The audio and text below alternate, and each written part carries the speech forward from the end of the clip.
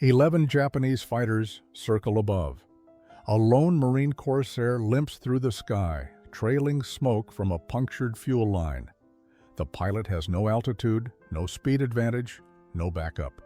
The manual says to climb and run. He does the opposite. He pushes the stick forward and dives toward the ocean surface, flying the way he learned over Kansas cornfields at dawn. The Zeros follow, confused. 30 seconds later, their formation is shattered. Rabaul, February 1944. The sky over the Solomon Islands does not forgive mistakes. It smells of burning aviation fuel and salt spray. The cockpit of an F-4U Corsair at 12,000 feet is cramped, loud, and vibrating with the throb of 18 cylinders turning a massive propeller. The instrument panel glows faintly. The stick trembles under calloused hands. Below, the Pacific stretches endless and indifferent, swallowing wreckage without ceremony. This is Marine Fighter Squadron VMF-124, operating from Torokina Airstrip on Bougainville. They fly long-range escort missions deep into Japanese-held territory. The odds are calculated and brutal. Every sortie costs fuel, machines, and men. Replacements arrive weekly, young and undertrained. Some last 5 missions. Some last 1. The mathematics are simple. Japanese Zeros outnumber Marine fighters 3-1 in most engagements. The Zero climbs faster, turns tighter, and is flown by pilots with years of combat experience. American doctrine is clear. Maintain altitude. Use speed and diving attacks. Never, ever turn with a Zero. The rules are written in blood, refined over 2 years of Pacific combat. They work when pilots follow them. Survival rates improve. Deviation means death. But doctrine assumes you have options. It assumes you can choose when to engage. Over Rabaul in early 1944, Marine pilots rarely have that luxury. They fly escort for bombers, photo reconnaissance birds, supply runs. They cannot abandon their charges. When Zeros bounce them from above, they absorb the first attack and try to survive long enough to break contact. Most do not. The sound is what airmen remember. The roar of the Pratt & Whitney radial engine at combat power. The rattle of gun cameras cycling. The crackle of radio chatter as pilots call out enemy positions. Bandits high, 3 o'clock, break left. Then the scream of diving fighters. The hammering staccato of 20mm cannon fire punching through aluminum skin. The wet sound of rounds hitting flesh. Sometimes the terrible silence when an engine quits or a wing folds and a Corsair begins its long tumble toward the sea. Into this crucible flies a pilot the squadron calls the farmer. He does not look like a warrior. Tall, lean, with sun-creased eyes and hands that remember steering a tractor before a control stick. A graduate of nowhere important with a background in agriculture. He speaks in slow sentences, as if checking each word for structural integrity. His squadron mates call him slow, some call him cautious. He reads obsessively, studies after-action reports, and asks questions that irritate his commanding officer. The winter of 1944 carved deep into the bones of every Marine stationed in the Solomon Islands. Heat turned flight suits into sweat-soaked second skins.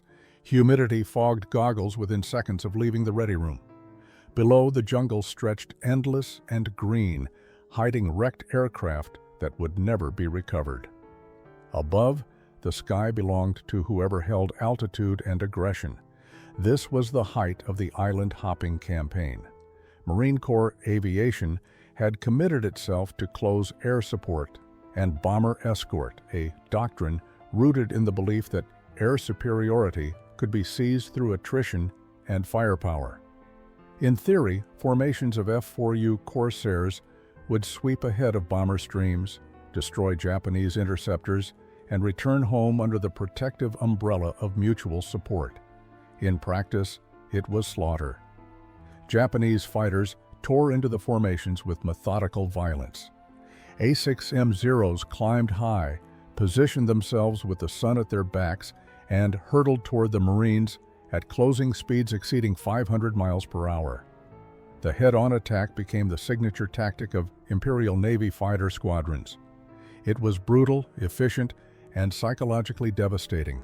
The Corsair had 6 50-caliber machine guns, but the pilot had only seconds to track, lead, and fire before the enemy flashed past or through the formation. Most Marines went down without ever landing a meaningful hit on their attackers. The pilots knew it, the ground crews knew it, the Japanese knew it. By February, loss rates on some missions exceeded 25%. Entire flights evaporated over Rabaul Harbor or the shipping lanes near Bougainville. Crews flew their tours in a state of fatalistic endurance, counting missions like prison days, knowing the odds were stacked against survival. Into this environment came thousands of young men who had never seen combat. Farm boys from Iowa, mechanics from Detroit, college dropouts, and factory workers who had volunteered or been drafted into a war that demanded they climb into aluminum tubes and fly into storms of steel. They learned formation discipline, oxygen management, and how to aim a gun through frozen gloves at altitude. But no one taught them how to survive when doctrine failed. There was no manual for that, just acceptance and luck. VMF 124 tried tactics, tighter formations, staggered altitudes, fighter sweeps ahead of the bombers when fuel allowed. But in early 1944, the Corsairs were pushing their maximum range just to reach targets like Rabaul. They arrived low on fuel, engaged under disadvantage, and raced back to base hoping their tanks would not run dry over open ocean. The sound of it all was deafening and unreal. The roar of radial engines at cruise power, the rattle of gun turrets being test-fired, the crackle of radio chatter, then the scream of diving Zeros, the hammering of cannon fire, the wet thud of rounds hitting flesh, and sometimes the terrible silence when a Corsair's engine stopped and the aircraft began its fall toward the sea. It was into this crucible that First Lieutenant James Holloway flew his 23rd mission. James Holloway did not look like a man destined to rewrite fighter tactics. He was quiet, methodical, a thinker more than a talker. Born in Russell County, Kansas in 1918 to farming parents, he spent his childhood surrounded by wheat fields, dust storms, and the constant hum of agricultural machinery. His father ran 200 acres of wheat and corn. His mother kept the books and raised 4 children. Holloway grew up watching people solve problems with limited resources and no backup plan. He learned to fly at 16, not in a military academy, but at a crop dusting operation outside Hayes. The owner, Frank Morrison, needed help during harvest season. He offered Holloway 25 cents an hour to mix chemicals and fuel aircraft. Holloway said he wanted to learn to fly instead. Morrison laughed, then agreed. The training was brutal and practical. No textbooks, no theory, just Morrison yelling instructions from the ground as Holloway wrestled a beaten Stearman biplane through low-altitude runs over cornfields. Crop dusting taught physics that no classroom could replicate, flying 10 feet off the ground at 90 miles per hour, reading terrain through peripheral vision, anticipating wind shifts by watching dust patterns, turning hard at the field edge without stalling or clipping a wing. Morrison's rules were simple: fly low, fly smooth, never panic. If you climb when you should turn, you die. If you freeze when you should react, you die. Holloway learned fast, or he would have quit. The work was dangerous and unforgiving. Pilots died every season, striking power lines they never saw, misjudging clearance over tree lines, stalling in tight turns with no altitude to recover. Morrison lost 2 pilots in Holloway's first summer. Both were experienced men who made single mistakes. Holloway attended their funerals and learned that at 10 feet, there was no margin for error, no second chances, only physics and consequence. By 1937, Holloway had logged over 300 hours, all of it below 100 feet. He could thread a Stearman between barn and silo, roll inverted to check a field, and land on a county road in a crosswind. Morrison said he was the best natural pilot he had ever trained. But when Holloway tried to enlist in Navy aviation, The recruiter took one look at his application and laughed. No college degree, no military experience, background in agriculture. The Navy wanted academy graduates and engineering students, not farm boys who smelled of pesticide and engine oil.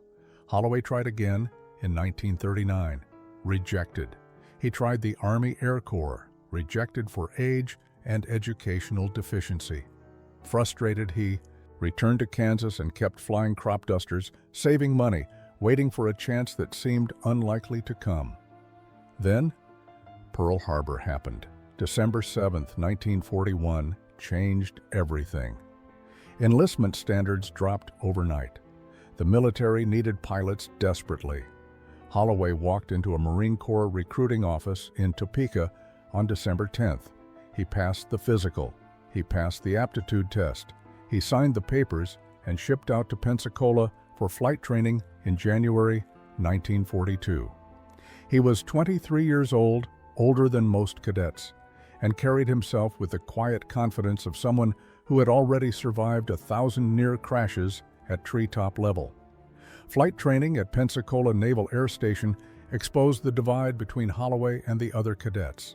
Most were college boys, quick with mathematics and navigation theory, comfortable with military discipline and hierarchical command. Holloway was none of these. He struggled with classroom instruction. He questioned procedures that seemed inefficient. He flew with a smoothness that instructors noted but could not quite explain. His landings were perfect. His aerobatics were competent, but his approach to combat maneuvers felt wrong, too slow, too cautious, too much like a man conserving fuel over endless wheat fields. One instructor wrote in his evaluation, "Shows excellent aircraft control, but lacks aggressive instinct required for fighter operations. Recommend reassignment to transport or patrol duty." Holloway ignored the recommendation. He kept flying. He graduated in the middle of his class, neither celebrated nor dismissed, and received orders to Marine Corps Air Station Cherry Point in North Carolina for advanced fighter training.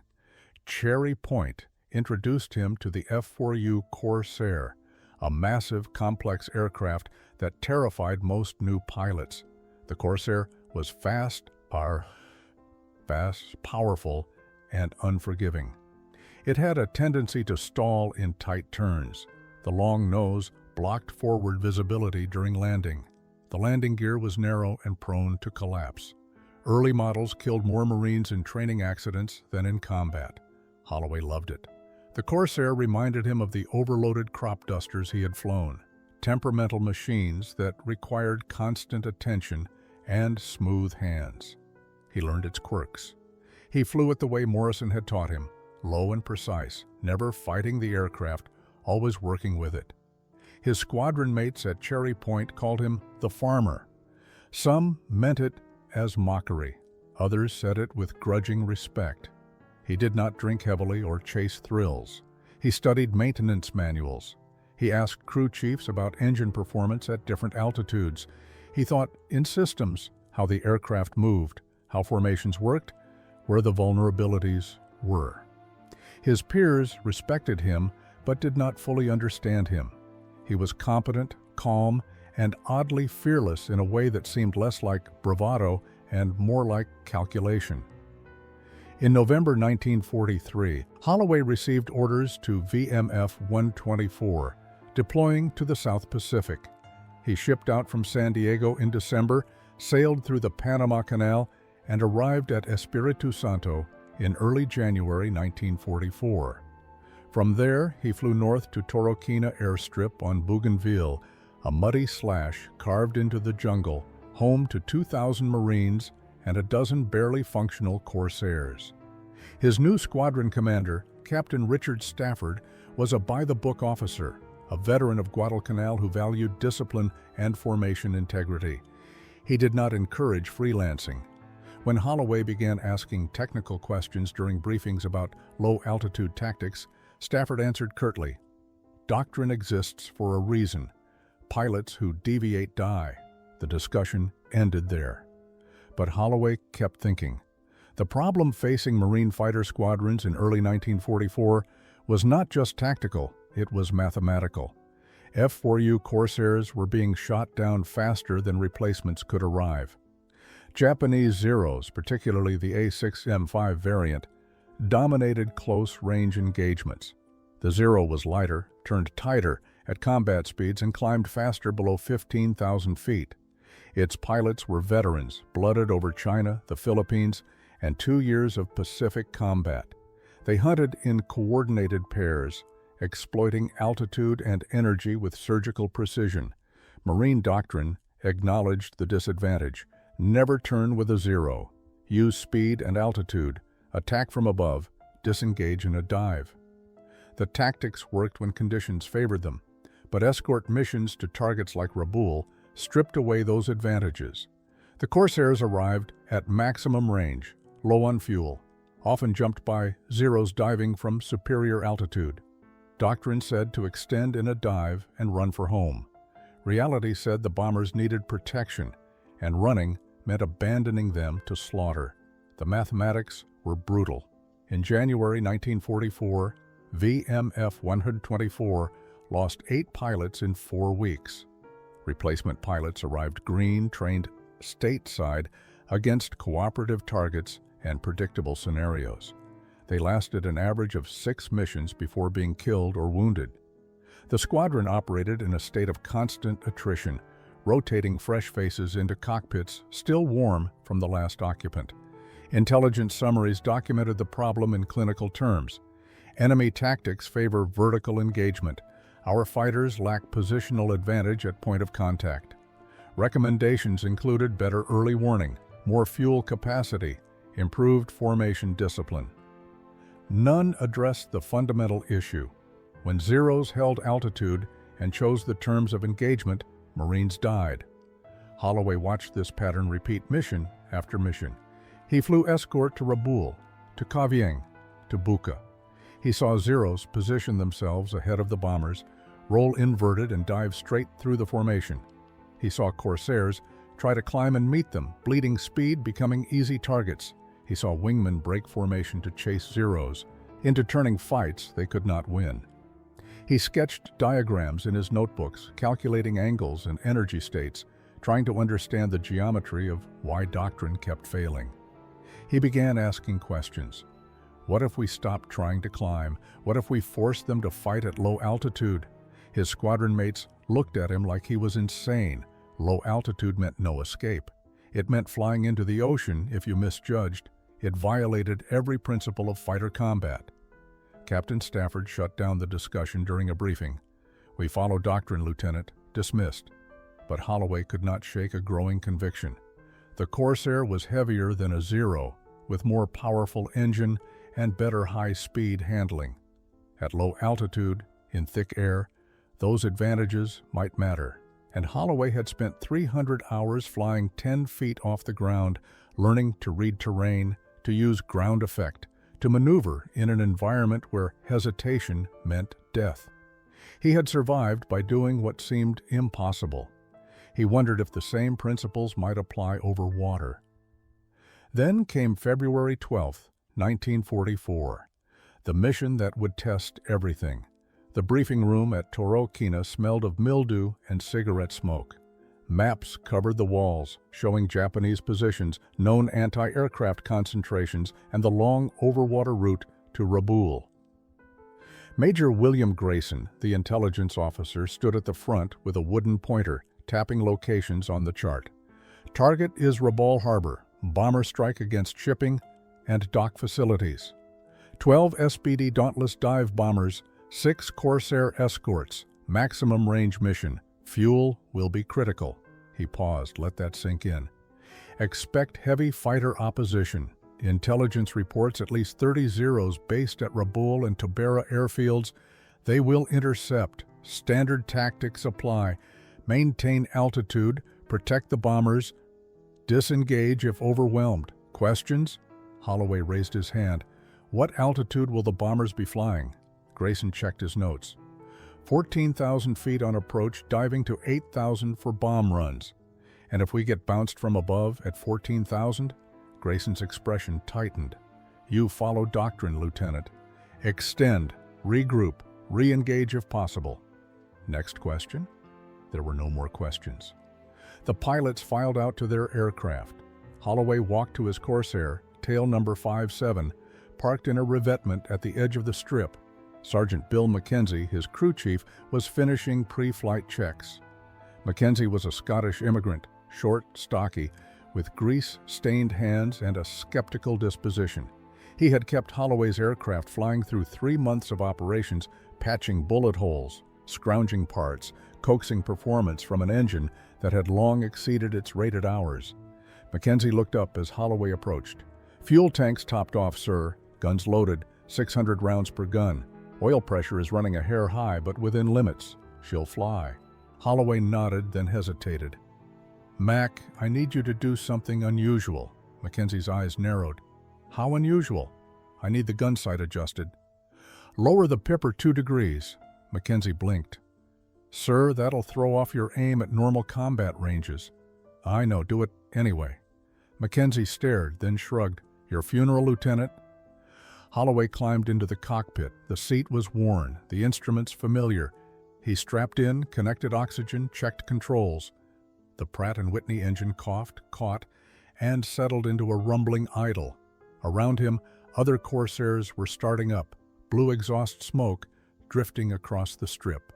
Captain Stafford's voice crackled over the radio. "All flights check in." One by one, the pilots responded. Holloway keyed his mic. 5-7, ready. The formation taxied to the runway, formed up, and took off into the gray morning sky. They climbed slowly, forming a loose escort around the bombers. The course was north-northwest, over open ocean toward Rabaul. Holloway settled into the rhythm of the flight, scanning instruments, watching the formation, conserving fuel. He had no way of knowing that in less than an hour he would be alone over enemy territory, with a choice no doctrine had prepared him for. The Zeros appeared 20 minutes from the target. Holloway saw them first, small specks high and ahead, catching sunlight. He keyed his mic. "Bandits 12 o'clock high, Angels 20. Captain Stafford's voice came back clipped and tense. "All flights. Maintain formation. Prepare to engage." The Zeros climbed higher, positioning themselves. This was textbook Japanese tactics. Get above, get fast, dive through and scatter the formation.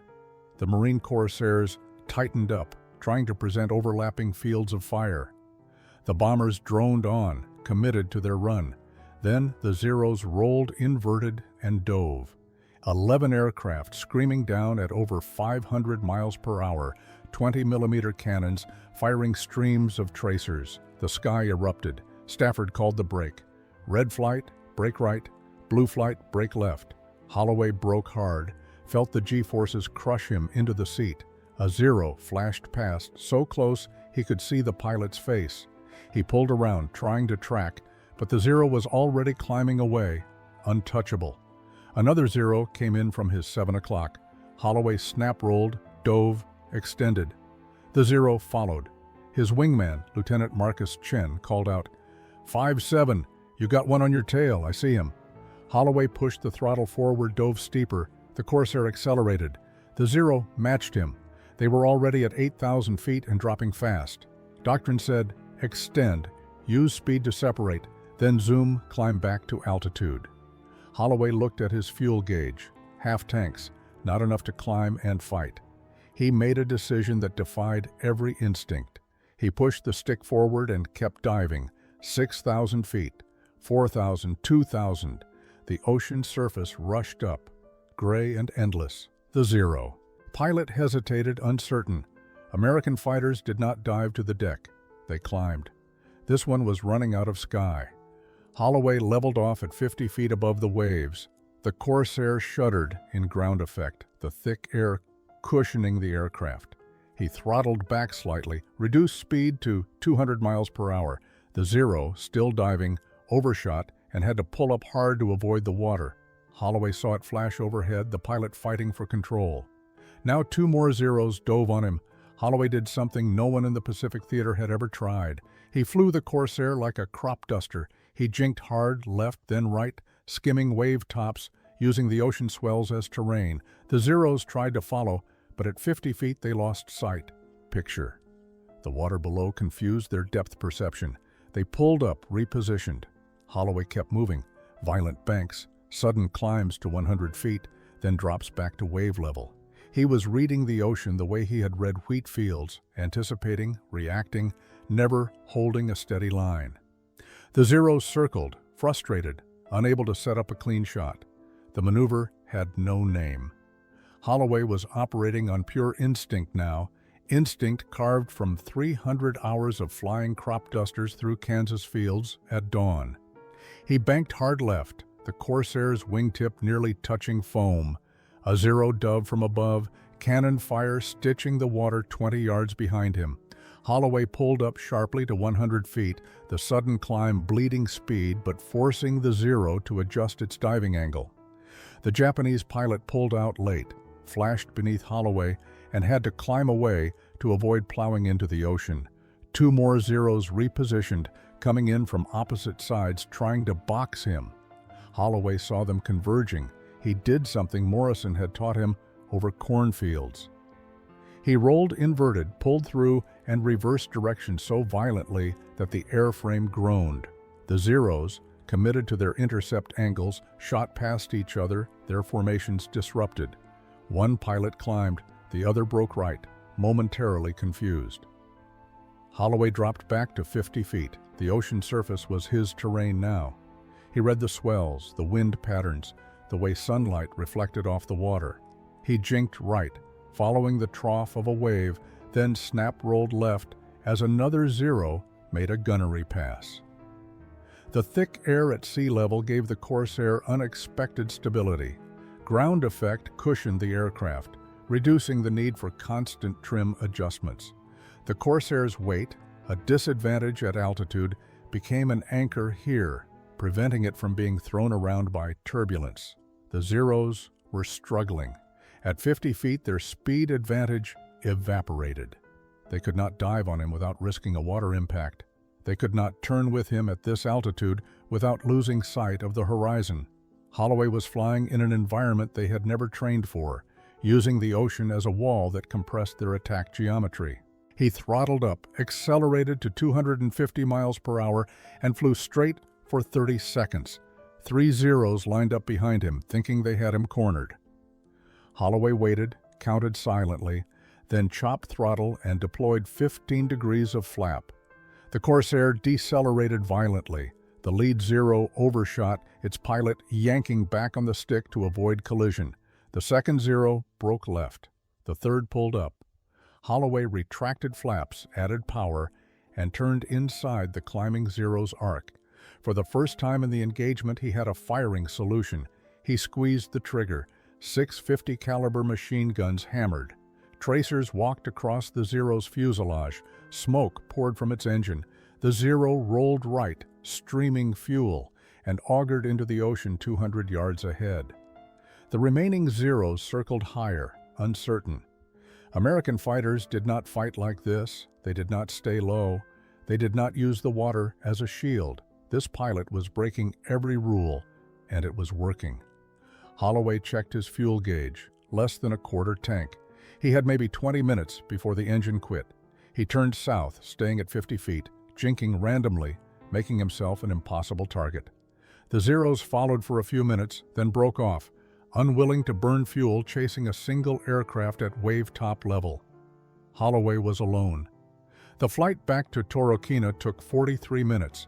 Holloway stayed at 50 feet until he crossed into Allied airspace, then climbed slowly to conserve fuel. His engine coughed twice, starved for gas, but kept running. He raised the tower on the radio. 5-7, requesting priority landing. Low fuel. The tower cleared him immediately. He brought the Corsair in on fumes, touched down hard, and rolled to a stop at the end of the runway. The engine died as he turned off the taxiway. Ground crew ran toward him. Holloway unbuckled, climbed out, and stood on the wing, legs shaking from adrenaline and fatigue. Sergeant Mackenzie arrived first, staring at the aircraft. "Sir, your wings are covered in salt spray. How low were you flying?" "Lower than I should have been." Holloway said quietly. Captain Stafford arrived minutes later, alive but furious. His Corsair had taken hits in the fight, and he had lost one pilot, Lieutenant Chen, Holloway's wingman. Stafford walked up, jaw tight. "Where the hell were you, Holloway? You disappeared off the radio." "Engaged at low altitude, sir. I had 11 zeros on me." Stafford blinked. 11? "Yes, sir." Holloway's voice was calm, factual. "They bounced me after the initial break. I went to the deck, flew wave top level, used ground effect and terrain masking. They could not set up clean attacks. I splashed one confirmed, damaged two more, and broke contact." Stafford stared. "You flew at wave top level? For how long?" "Approximately 18 minutes, sir." "That is insane. You violated doctrine. You risked the aircraft." "I saved the aircraft, sir, and myself." Stafford opened his mouth, then closed it.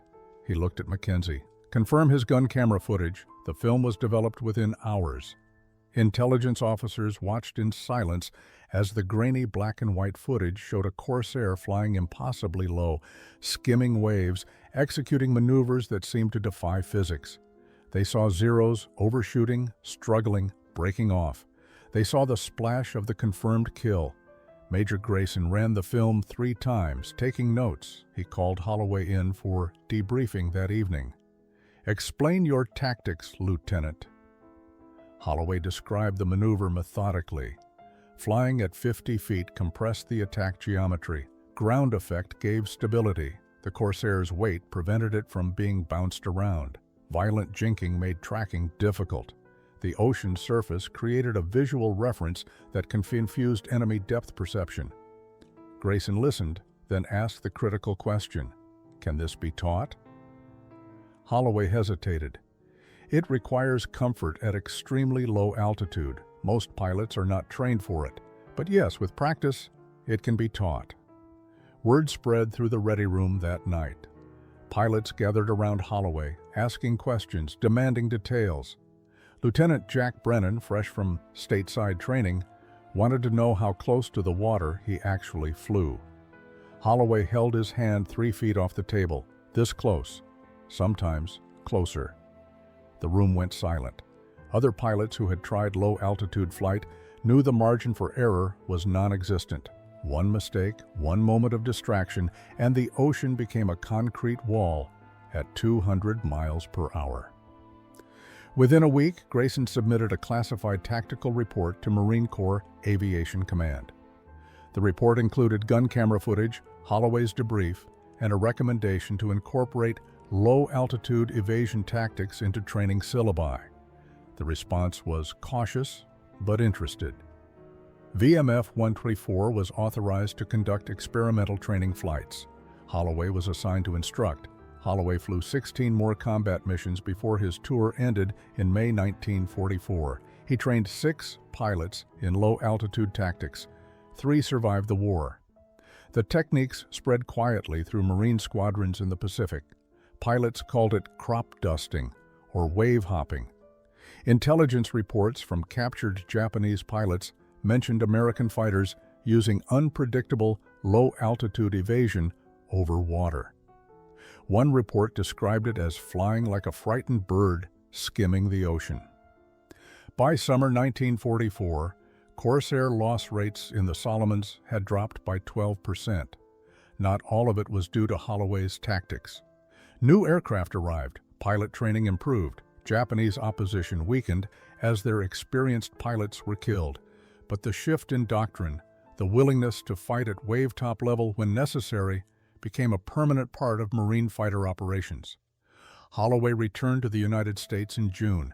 He was awarded the Distinguished Flying Cross for his actions over Rabaul. This citation mentioned exceptional airmanship and innovative tactics. It did not mention crop dusting. He spent the remainder of the war as an instructor at Cherry Point, teaching new pilots energy management and low-altitude maneuvering. He never boasted. He never claimed to have changed anything. He simply taught what he knew. When the war ended, Holloway returned to Kansas. He married a school teacher named Helen in 1946. They bought a farm outside Hays, 200 acres of wheat and corn. Holloway flew crop dusters again, teaching the next generation of agricultural pilots the same techniques Morrison had taught him.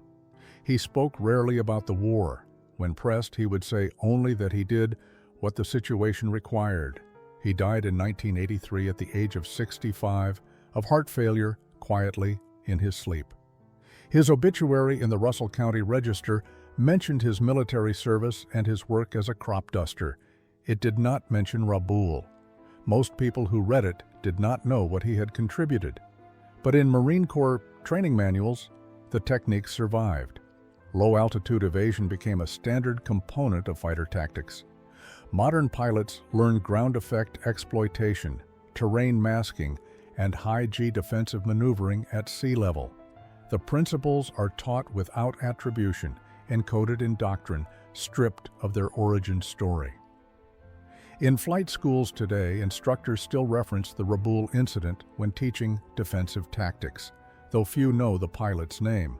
They show gun camera footage of a Corsair dancing at wave-top level, defying physics and doctrine simultaneously. The students watch in silence, seeing what their predecessors saw 80 years ago, a farmer who understood that survival sometimes meant flying where angels feared to tread. Holloway's legacy was not written in medals or monuments. It was written in the survival of pilots who used his tactics decades later, in the doctrine that quietly incorporated his insights, in the understanding that sometimes the safest place to fly is where instinct says never to go. The idea endured. The man faded. That was how he would have wanted it.